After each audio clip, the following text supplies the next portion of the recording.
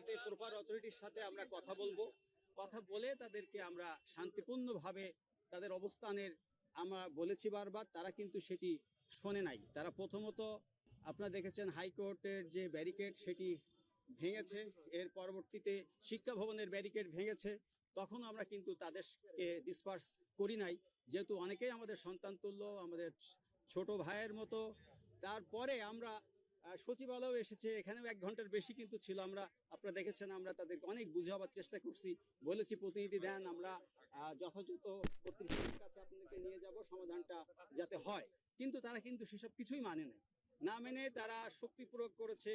সংরক্ষিত স্থান বাংলাদেশ সচিবালয়, সেই সংরক্ষিত স্থানে যেখানে মিছিল মিটিং সভা সমাবেশ সবকিছুই নিষিদ্ধ, সেটি তারা বারবার ভঙ্গ করেছে। ভঙ্গ করে তারা ভিতরে ঢুকেছে। তো ভিতরে ঢুকে, এটা একটা সরকারি সংরক্ষিত প্রতিষ্ঠান, আপনারা জানেন, this is the heart of the administration of Bangladesh government. সুতরাং আমরা তখন তারা ভিতরে যে গাড়ি ভাঙচুর করেছে, ডকুমেন্ট আছে, অন্যান্য অফিস আদালত তারা ভাঙচুর করার চেষ্টা করছে, জানমালের ক্ষয়ক্ষতি তারা যখন শুরু করছে, তখন আমরা তাদেরকে সেখান থেকে ডিসপার্স করেছি।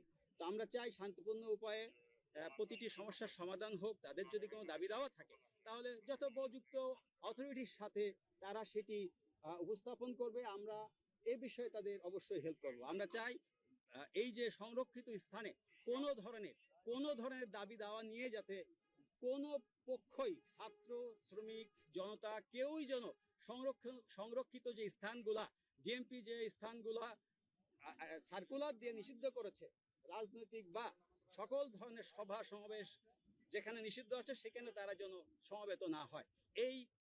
এই বার্তাটাই আমরা কিন্তু সকাল থেকে তাদেরকে দিচ্ছি, এবং এখনো আপনাদের মাধ্যমে আমরা সবাইকে এই কথাটি জানিয়ে দিতে চাই যে সভা সমাবেশ যেখানে নিষিদ্ধ করা রয়েছে, ওই জায়গাগুলো দয়া করে আপনারা অ্যাভয়েড করেন।